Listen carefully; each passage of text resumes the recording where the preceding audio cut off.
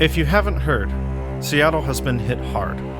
Civil unrest, violent protests, unfettered vandalism, and worse yet, desecration of all things sacred.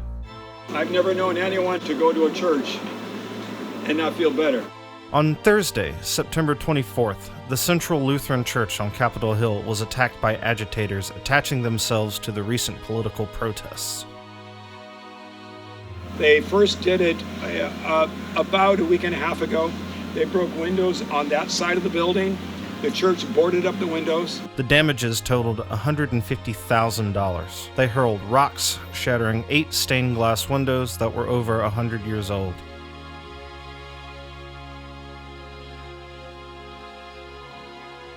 The steel rails are wide enough to where you can get your arm through and swing with a rock.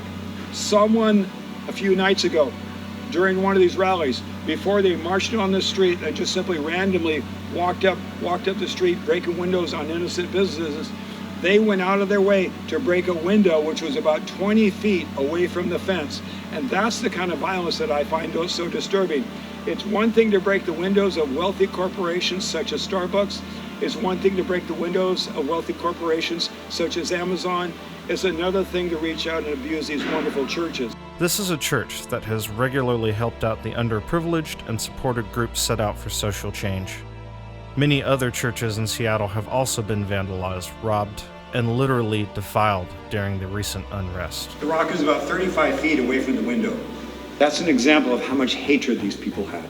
1938, in Germany, there is an event that was called the Night of the Broken Glass. And it was a night when middle-class German men and women went out and vandalized 67,000 Jewish businesses and burned over 600 synagogues, burned and vandalized 600 synagogues because they're angry about life. This is an example of Night of the Broken Glass, where this church was singled out to be vandalized and brutalized by these people. And the challenge is that we aren't really looking at history and seeing history being replayed over again. Help us make sure that history does not repeat itself. Seattle has always been an open and welcoming community. Let's not allow a few vandals and rioters to change that. We can send our own message. A message of hope and nonviolence. A message that says we can embrace change without tearing down our neighborhoods, small businesses, and churches.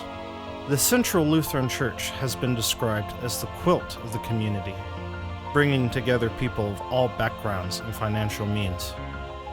They need our help now. Please consider doing what you can to restore this beautiful landmark.